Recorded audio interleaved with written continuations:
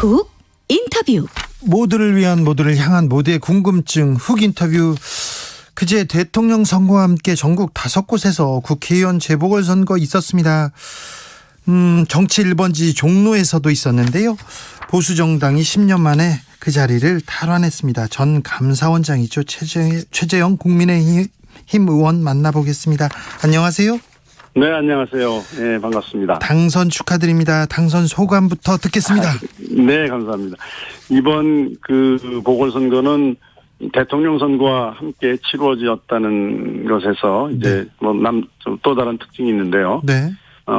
제가 이제 선거 유세 과정에서 정권 교체 또 이 종로 지역의 특수성이 있어서 또 종로의 어떤 새로운 변화를 바라고 새로운 정치를 바라는 그런 유권자들이 염원을 느낄 수 있었습니다. 네. 그래서 우선은 그러한 국민들의 여망에 부응해야 되겠다는 무거운 책임감을 느끼고요. 네. 또 저를 믿고 또 맡겨주신 종로 국민들에 대한 감사하는 마음 이런 것들로 제 소감을 가름하겠습니다. 판사셨고요. 감사원장이었습니다.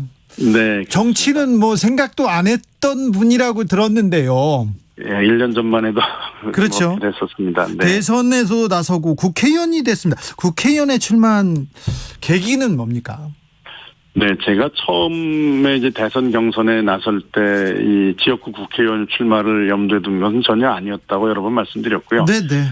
이 종로라는 어떤 정치적인 특수성, 종로가 가지고 있는 이 어떤 전체 정치에 어떤 영향을 미칠 수 있는 그런 특수성 때문에 네. 아마 당에서 이 정권 교체라는 큰 틀에서 시너지 효과를 낼 수 있는 윤석열 후보와 시너지 효과를 낼 수 있는 사람을 내세워야 되겠다는 그러한 어떤 전략적인 마인드로 공천을 하는 것으로 알고 있고요. 저 역시 이제 정권 교체라는 대의를 가지고서 이제 감사원장직을 그만두고 네. 정치를 했던 사람이기 때문에 네. 그런 대의에 맞다고 생각을 해서 당의 명령에 또 제가 따르기로 했고 또 그런 마음으로 지역구까지 출마하게 됐습니다. 정권 교체라는 대의. 문재인 정부의 일원이었어요. 감사원장이었는데 정권 교체가 필요했던 이유는 뭡니까? 네. 국민들 여러분들이 이미 피부로 다 느끼고 있는 것이어서 제가 자세히 말씀드리지 않아도 되겠습니다만 일단 경제가 굉장히 어려워졌죠. 그리고 또 법치와 상식이 무너지고 외교 안보도 상당히 국민들을 불안하게 하는 이런 일들이 벌어졌는데 문제는 정부가 그런 것들에 대해서 잘못을 인정하거나 고치려는 생각을 하지 않아서 국민들을 더 힘들게 했습니다. 그래서 저도 그 당시 공직에 있었지만은 이 나라가 이대로 가서는 정말 안 되겠다라는 그런 절박함이 있었고 그러기 위해서는 결국은 정권을 바꾸는 수밖에 없다라는 판단을 했습니다. 그래서 여러 가지 또 비판적인 시각이 있는 것을 잘 알지만 그래도 나라와 국민을 위한다는 마음으로 네. 정치 길을 선택하게 됐습니다. 혹시 비슷한 생각을 이명박 정부 때, 박근혜 정부 때도 하셨었나요? 그때는 오래전 얘기죠. 예. 네. 예. 알겠습니다.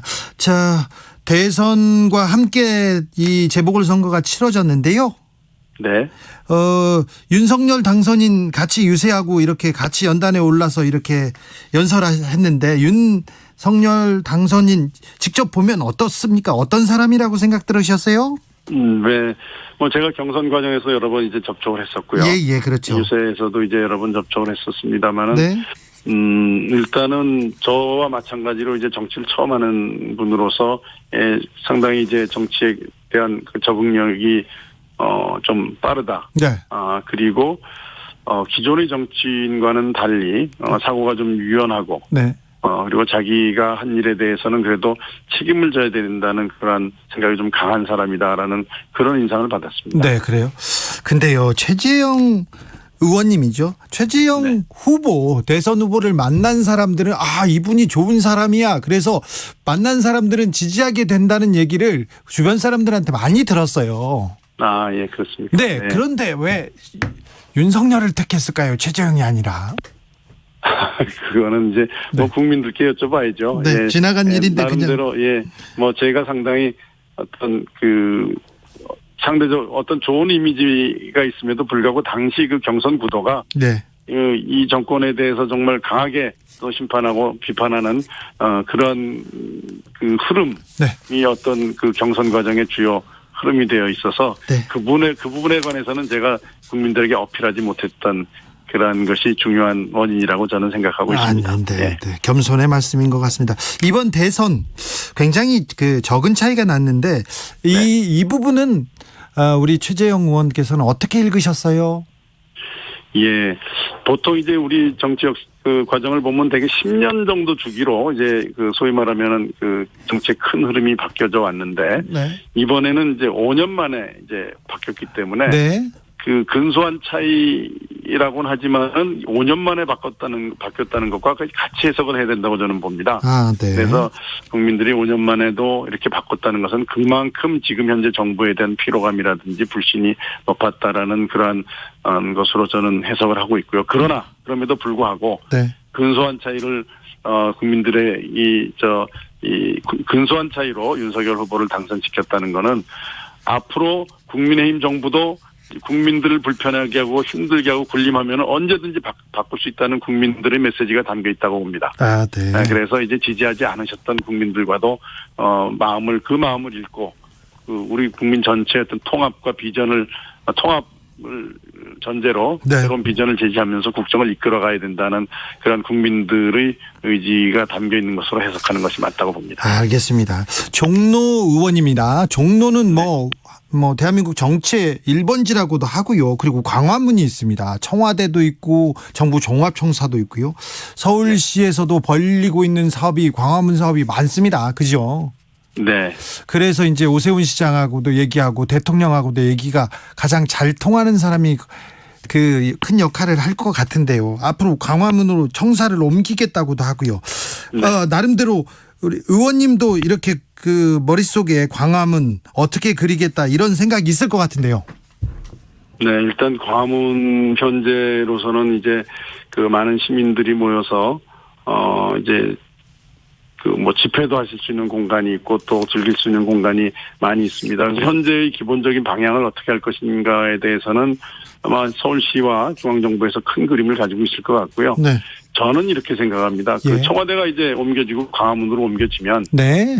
청와대가 이제 광화문으로 옮겨지 그 공간이 이제 국민에게 돌아가게 되는 것인데, 네. 그로 인해서 고통받으셨던 청와대가 있음으로써 이제 자랑스럽게 됐지만 개발이 안 됐죠. 정권 제안을 했던 네. 이 종로 구민들에게 네. 이런 그 청와대가 국민들에게 돌려진 그 혜택.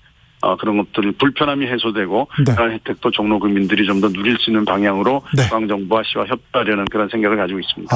광화문 시대를 열면 대통령이 광화문 시대를 열면 청와대를 국민들한테 어떻게 돌려줄지 최재형은 이미 고민을 하고 있군요. 구체적인 내용은 중앙정부와 시하고 협의를 해야죠. 네. 뭐 종로구 국회의원이 정할 수 있는 건 아니니까요. 네, 알겠습니다. 윤석열 당선인이 앞으로 해야 될 과제들이 많을 텐데 네. 대선을 치르면서 고민도 많이 하셨을 것 같아요. 뭐 직접 나서셨으니까. 자, 네. 윤석열 당선인이 어떻게 이 국정 과제를 풀었으면 좋겠다 이렇게 생각이 있으면 좀 한마디 해주십시오. 네, 뭐 가장 큰 거는 아무래도 이제 정권이 바뀌게 되면은 이 거대 야당과 이제 함께 정치를 해야 되는 것이 가장 그 풀어가야 될 큰 숙제라고 봅니다. 그러나 어쨌든 지금 이제 현재의 정부가 국민들을 힘들게 했던 것이 비록 소수지만 야당의 목소리를 너무 이제 무시하는 그런 정치를 한 것이 결국은 정치에서 여러 파열음을 내고 국민들을 힘들게 했던 것인데 더군다나 이제 거대 야당이 되면은 네. 그 존재를 뭐 무시할 수도 없고 또 거대 야당과 그 의견을 좀 담아가면서 네. 정치를 해야 됩니다. 네. 그러기 위해서는 국민들이 정말 공감할 수 있는 어떤 비전과 가치를 제시하고 그걸 근거로 또 야당의 협력을 이끌어내고 네. 하는 그런 노력이 필요하고 또 인재 등용에 있어서도 정말 이 중립적일 수 있고 실력 있는 사람을 뽑아서 국민들이 공감을 얻을 수 있는 그런 그 정부를 조직하는 것도 가장 첫 번째 풀어야 될 당면 과제라고 저는 생각합니다. 알겠습니다. 중요한 지적해 주셨습니다. 마지막으로 초선 의원 최재형. 자, 이런 정치인 되겠다. 이런 의정 활동하겠다. 알려주십시오. 네. 우선 저는 정치가 국민들의 삶을 좋게 개선시키지 못한다면은 그 정치가 무슨 의미가 있냐 이런 생각을 가지고 있습니다. 그래서 실질적으로 국민들이 삶을 좀 개선시킬 수 있는, 국민들을 편안하게 하는 정치를 하겠고요. 그 다음에 당내에서는 당의 단합과 또 쇄신, 또 대야 관계가 되겠네요. 이제 앞으로는 야당과의 협력을 하는데도 제가 좀 어떤 역할을 할 수 있는 그런 노력을 정치인으로서 기울이려고 생각하고 있습니다. 알겠습니다. 말씀 잘 들었습니다. 국민들이 통합해 주기를, 그리고 이 갈라진 민심을 다독이고 협치하기를 바라고 있다는 것도 좀 꼭 전해 주십시오. 네, 그렇게 하겠습니다. 네, 의정활동 기대가 크다는 분들이 많습니다. 그러니 힘을 내 주십시오. 네, 하여튼 무거운 책임감을 느끼고 있습니다. 최선을 다하겠습니다. 네, 말씀 감사합니다. 최재형 국민의힘 의원이었습니다. 곧 스튜디오로 한번 모시겠습니다. 네, 그러시죠. 네, 감사합니다. 감사합니다. 네.